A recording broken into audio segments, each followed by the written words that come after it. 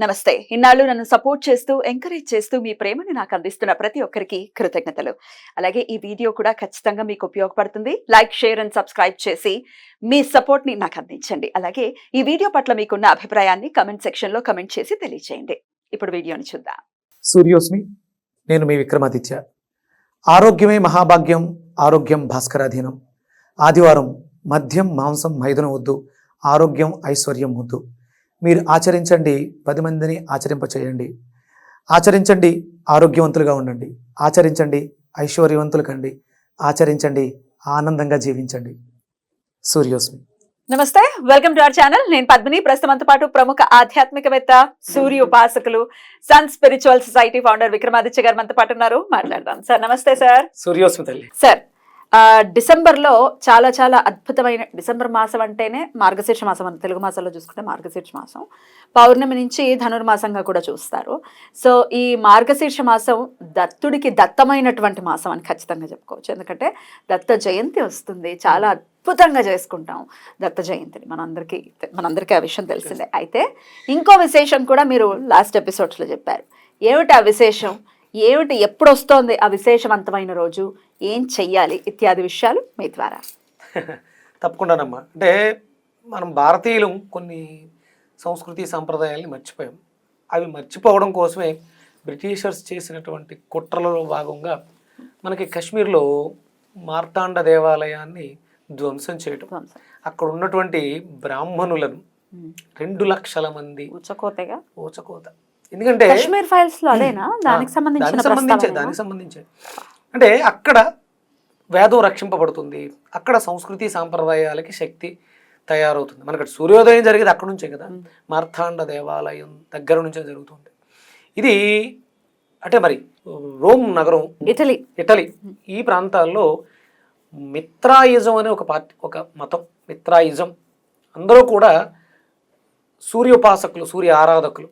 అంటే కొన్ని వేల సంవత్సరాల క్రితం ప్రపంచం, అంటే భారతదేశానికి అవతల ఇది వ్యాప్తి చెంది ఉంది అంటే ఎంత పురాతనమైనటువంటి సంప్రదాయం అర్థం చేసుకోవాలి.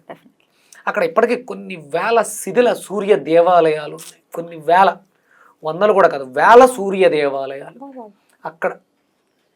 వాళ్ళందరూ కూడా డిసెంబర్ 25ని మిత్ర జయంతిగా జరుపుకునేవారు. డిసెంబర్ 25 మిత్ర జయంతి. అది అక్కడ వాళ్ళు చూసి ఒక మతం పుట్టింది, ఆ మతం ప్రచారం కోసం దీన్ని వాడుకుంటున్నారు, క్రిస్మస్ అని. ఇది ఒరిజినల్ అంటే దాన్ని అందరూ అంటుంటారు. పాపం వాళ్ళకి చెప్పుకోవడానికి యేసు ఎప్పుడు పుట్టాడు అనే దానికి కూడా ఎక్కడ ప్రమాణాలు ఉండవు. కానీ ఇక్కడ జయంతి అంటే ఆయన మనకి కనిపించే సూర్యుడే. అంటే ఇక్కడ మనం ప్రధానంగా మాట్లాడుకోవడానికి కాశ్మీర్లో మనకి మార్తాండ దేవాలయం ఉంటుంది. అదితి పుత్రుడిగా ఆయన అక్కడ కశ్యప ప్రజాపతి వేడుకుంటారు, ఇద్దరు కలిసి వేడుకుంటే ఆ సూర్యుడే రూపాన్ని తీసుకుని ఈవిడ గర్భంలో ప్రవేశిస్తాడు. గర్భంలో ప్రవేశించాడు అన్న ఇదితో నా కడుపులో ఉన్నది భగవంతుడు కదా అని ఆవిడ ఉపవాసాలు చేస్తూ ఉంటుంది. ఉపవాసాలు చేస్తుంటే ఆయన వచ్చి అడుగుతారు, ఏంటి నువ్వు అద్దం పద్దం లేని ఉపవాసాలు చేసి లోపల ఉన్న బిడ్డని చంపేస్తావా ఏంటి అని అంటారట. అనగానే ఆ అపభ్రంశమైనటువంటి పదం వాడడం వల్ల లోపల ఉన్నటువంటి పిండం బయటపడిపోతుంది. ఆ పడిపోవడంతో అది అదే పూర్తిగా తయారవ్వలేదు, మృతం అండ ఏది అదే మార్తాండు. అక్కడ నుంచి ఆయన అప్పుడు మళ్ళీ ఆయన్నే వేడుకుంటారు. అయ్యో మరి పగిలిపోయే పిండం బయటకు వచ్చేసింది, చనిపోయింది, ప్రాణం పోయింది కదా అని వేడుకుంటే మళ్ళీ అందులోంచే ప్రాణం వచ్చింది. ఆ మృతమైనటువంటి అండంలోంచి వచ్చాడు కాబట్టి ఆయన మార్తాండు. మిత్ర అనే కాంతి మనల్లో మృతమైనటువంటి వాళ్ళని జీవం తీసుకొస్తూ ఉంటుంది. ఆ ఉదయించే సూర్యుని మిత్రుడు అంటారు. అందుకని ఇక్కడ జరిగిన ఈ సంఘటనని ప్రధానంగా తీసుకుని అక్కడ అప్పట్లో మిత్రాయిజం, మిత్ర జయంతిగా జరుపుకునేవారు. మరి అప్పుడు జీవితాలు మావి అయిపోయిందండి, ఇంక ఇది జీవితం వద్దు, లేకపోతే కష్టాలు వద్దు, చచ్చిపోతున్నాం మేము వీటితో అని అనే వాళ్ళ సంఖ్య ఎక్కువ ఉంది. అలాంటి వాళ్ళు మార్తాండుని, మిత్రుణ్ణి ఖచ్చితంగా ఆరాధించుకోవాలి. అంతేనా? అంతే. మృతప్రాయమైనటువంటి జీవితాలు బాగుండాలి, మేము ఇందులోంచి బయటకు రావాలి అనుకునే వాళ్ళు మార్తాండుని ఆరాధించడం ద్వారా. అది డిసెంబర్ 25వ తారీఖు. ఆ రోజు అంటే ఒరిజినల్గా ఏంటంటే మోడీ గారి దయ వల్ల కాశ్మీర్లో ఉన్నటువంటి సరస్వతి దేవాలయం ఓపెన్ చేయడం జరిగింది. అక్కడ పూజలు జరుగుతున్నాయి. అంటే సరస్వతి జ్ఞానము ప్రారంభమైంది. అవి రెండు కూడా మూతపడిపోయినాయి మొన్నటి వరకు, ఇప్పుడు బయటకు వస్తున్నాయి. ఈ మార్తాండ దేవాలయం కూడా మళ్ళీ పునర్నిర్మాణము జరగకపోతే భారతదేశానికి అరిష్టం, గుర్తుపెట్టుకోండి. అంటే అక్కడ నుంచే శక్తి కిందకు వస్తుంది భారతదేశానికి, అందుకని దాన్ని అక్కడ ధ్వంసం చేశారు. జరుగుతున్నట్టు దానికోసమే అంటే లాస్ట్ ఇయర్ మనల్ని అక్కడ కంచి పరమాచార్య పిలవడం జరిగింది. అక్కడికి వెళ్ళి ఇదే మీటింగ్ ఏం జరిగిందంటే కాశ్మీర్లో ఉన్నటువంటి మార్తాండ దేవాలయాన్ని మళ్ళీ పునర్నిర్మాణం జరగాలి, అక్కడ కార్యక్రమాలు జరగాలని పిలవడం కూడా జరిగింది. ఇది జరుగుతుంది. ఇప్పుడు ఎలా రావాలి?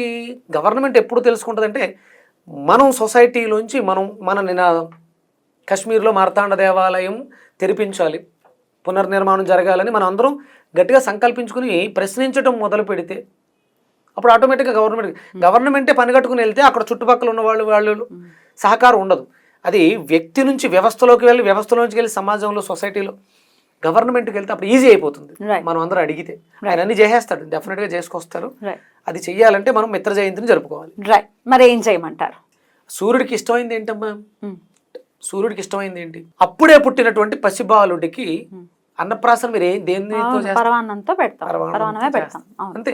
పరమాన్నాన్ని వండుదాం. మనం ఎలాగో మాఘమాసంలో రథసప్తమికి అన్ని చేస్తాం. కానీ ఇక్కడ ఉదయిస్తున్నటువంటి బాలబాలుడికి పుట్టినరోజు సెలబ్రేట్ చేస్తాం. ఇది అందరిళ్లలోనూ పుట్టినరోజు. ఉదయిస్తున్నటువంటి బాలబాలుడి పుట్టినరోజు మనం సెలబ్రేట్ చేస్తున్నాం. కృతజ్ఞతని ఎంత ఆవిష్కృతం చేయగలం. మీరు ఆయన మనకు ప్రతిరోజు వెలుగునిస్తున్నాడు, ప్రతిరోజు మనం తింటున్నటువంటి ఆహారాన్ని ఇస్తున్నాడు, మరి ఆ తిన్న ఆహారాన్ని అరిగిస్తున్నాడు. ఆయన ఎంత కృతజ్ఞత తెలియజేయాలి. మన పక్కింటో పిల్లోడు పుట్టినరోజుకి వెళ్తేనే మనం సెలబ్రేట్ చేస్తాం. మరి మనం ఎంత సెలబ్రేట్ చేయాలి? ఇది యావత్ భారతదేశం సెలబ్రేట్ చేయాల్సినటువంటి పండుగ. ఇది ఒక కులానికి ధర్మానికి కాదు, యావత్ ప్రపంచం యావత్ భారతదేశం సెలబ్రేట్ చేయాల్సినటువంటి మిత్ర బర్త్డే. మీరు నెట్లో కొడుతూ వస్తుంది మిత్రాస్ బర్త్డే అని కొడుతూ వచ్చేస్తుంది.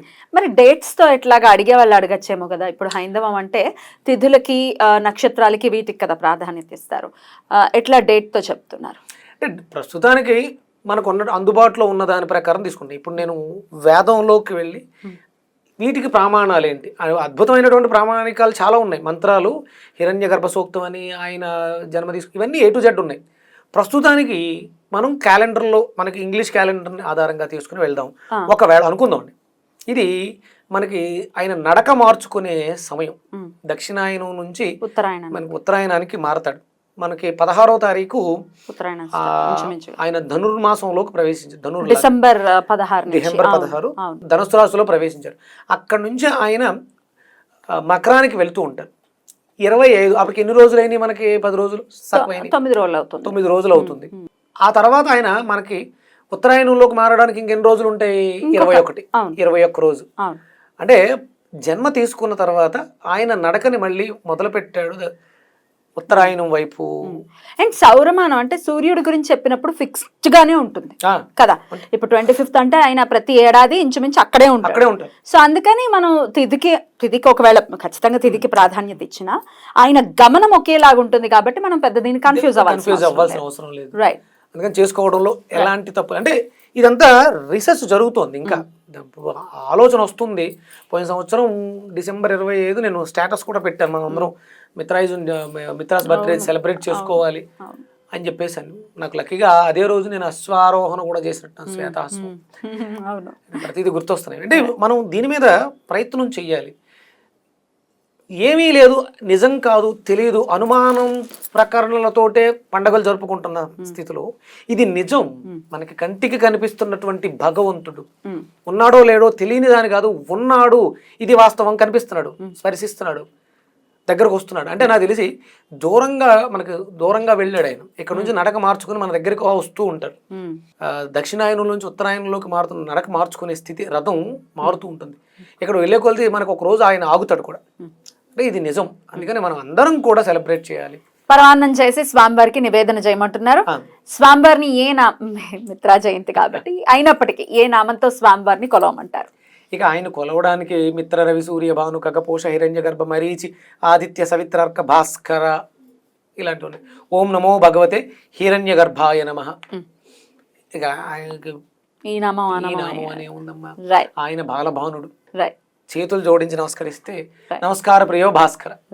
పెద్ద కాంప్లికేటెడ్ గా ఏమీ లేదు, చాలా సింపుల్ గా చెప్తూ ఉన్నారు కాబట్టి ఖచ్చితంగా ఇది చేసుకుని ఇంకా వద్దు ఈ జీవితం చచ్చిపోతున్నాం అనే పరిస్థితి ఉన్నప్పుడు మళ్ళీ సూర్యుడే బ్రతుకునిస్తాడు కాబట్టి 100% ఆయనని కొలుద్దాం ఖచ్చితంగా 25వ తారీఖు. అద్భుతం సార్, చాలా బ్యూటిఫుల్ గా explain ఇంటింటా వెళ్ళాలి, అందరం కూడా చెయ్యాలి. అంటే నాకు ఎక్కడైనా అవకాశం దొరుకుతుందేమో ఒకసారి గ్యాదర్ చేద్దాం అనుకుంటున్నాను, కానీ ఇది అంత సామాన్యంగా అయ్యేది కాదు. నెక్స్ట్ వీలైతే ఆ ప్రయత్నాల్లో చేద్దాం. ఇది అందరూ సామూహికంగా ఒక ప్రాంతాన్ని, అంటే వనభోజనాలు ఎలా అయితే పెట్టుకున్నామో అలా చేద్దాం అని అనుకున్నాం. పరిస్థితులు మనకు చేద్దాం.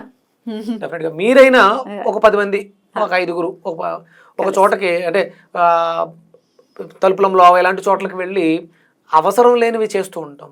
ఇది ఒక చోట చేరితే అద్భుతంగా ప్రపంచానికి శాంతి చేస్తుంది, సంఘటితం పరుస్తుంది, ఐకమత్యాన్ని చూపిస్తూ ఉంటుంది. తప్పకుండా సార్, మీకు మిత్రా జయంతి శుభాకాంక్షల్ని తెలియజేస్తూ చాలా చక్కగా వివరించారు సార్.